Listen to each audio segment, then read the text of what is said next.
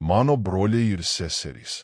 Šiandienos Evangelijoje Jėzus kalba apie laikų pabaigą, apie staigų žmogaus sūnaus atėjimą.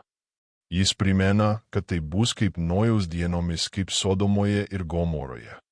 Šis įspėjimas pasirodo ir pas Matą, ir pas Morkų, tačiau yra kažkas, ką užrašo tik Lukas, vienas unikalus, stiprus, tiesus sakinys ir šiandien norime apie jį pamastyti. Atsiminkite Loto žmoną. Bet kas buvo Loto žmona? Pradžios knygoje Dievas paskelbė, kad sunaikins Sodomą ir Gomorą, nes tų miestų nuodėmės šaukė į dangų.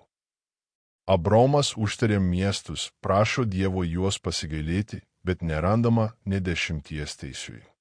Tuomet Dievas siunčia angelus įspėti Lotą, kad jis turi palikti miestą su žmona ir dukterimis.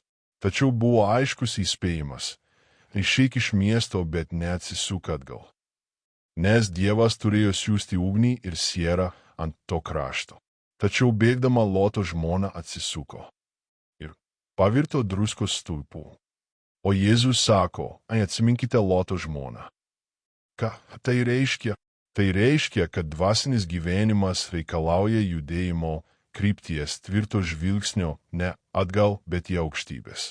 Loto pabėgimas tai ne tik sena istorija, tai mūsų pačių fuga mundi, vidinis judesys, kurį turime padaryti, kad atsiskirtume nuo pasaulio ir pakeltume širdį į Dievą. Mūsų gyvenimai, sako Evei. Paulius yra paslėpti su Kristumi aukštybėse. O kas gauna Dievo kvietimą eiti į dangų, bet lieka prisirišęs prie žemiškų dalykų, rizikuoja dvasiškai sustingti. Kaip Loto žmona, daugelis pradeda gerai. Palieka nuodėmę, atsisako pasaulietinio gyvenimo, pradeda eiti su Dievu, bet pakeliui sugrįžta ilgesys pasauliui, vėl atsiranda pagundos, vėl šaukia į Egipto svogūnai. Ir žmogus vietoj ėjimo pirmin atsisuka atgal. Kas žiūri atgal, tas praranda kryptį. Praranda prasmę. Praranda esmę. Taip ir Morta, išsiblaškiusi ir sunerimus dėl daugelio dalykų, kai tuo tarpu Marija rado vienintelį būtiną. Loto žmona, tai padalintos širdies simbolis, širdies prisirišusios prie pasaulio, nesugebėjančios pakilti, nesugebėjančios judėti, tarsi šuo, besivaikantis savo uodegą. Kai per daug prisirišame prie žemiškų dalykų, tampame kaip į druskos stulpai, dvasiškai sustingę.